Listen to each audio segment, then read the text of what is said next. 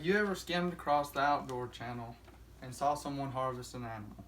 Or maybe you know of someone that's holding a trophy animal on social media account they're proud of. There are many people across America who have witnessed one of these instances but don't know of the depth in these actions that they're doing. I not only hunt myself, but I am part of a large group of outdoorsmen as well as wise old men who have taught me much about being a hunter and about being an outdoorsman, but also about being a good man. Today I'd like to discuss what being an outdoorsman means to many people, as well as how it impacts our wildlife and the environment that they live in. If one were to search the Merriam-Webster's dictionary for the definition of outdoorsman, it would be that someone who does a great deal of outdoor activities as well as spends a great deal of time in the outdoors.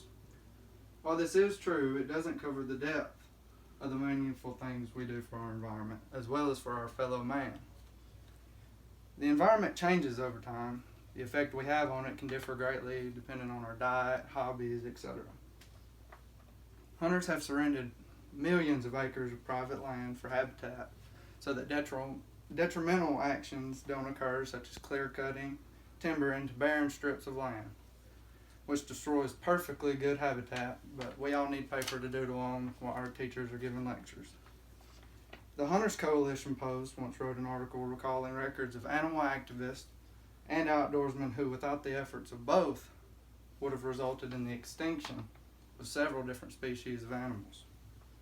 Aside of the acts towards preserving our wildlife, most outdoorsmen and hunters hold a great presence in our agricultural venues and farming venues as well.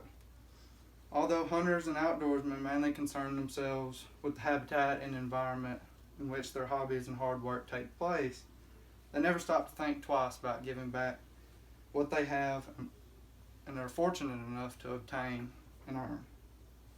The Veteran Hunter Organization, for example, sets a personal goal to allow all military veterans to experience what being in the outdoors is like, no matter their physical capabilities, and also so that they can experience the land that veterans have fought to protect. Other organizations like this one, such as the Outdoorsmen Helping Others Foundation, or OHO for short, are composed of volunteer employee personnel dedicated to the mission and message that anyone, regardless of their capabilities physically, can enjoy the outdoors. They pay for these events through annual fundraisers to provide people with these experiences. I believe that we all personally know someone who would enjoy being part of this because of how a loving and outreaching experience it truly is. Outdoorsmen and hunters are also some of the leading givers in food to the needy. In 2016, for example, Hunters Feed the Hungry organization gave over 2.8 million pounds of meat to needy shelters, church kitchens, organizations like that. Along with giving to the needy, becoming an outdoorsman can also help you find employment, such as being an environmentalist for the state and local government levels, a landscape architect, a farmer, and the list goes on. At the end of the day, being an outdoorsman is helpful to others and the world at large. The morality of it can be argued, but doing these things are extremely important to those who consider themselves outdoors men or women, and even more so to the people and the wildlife that they help.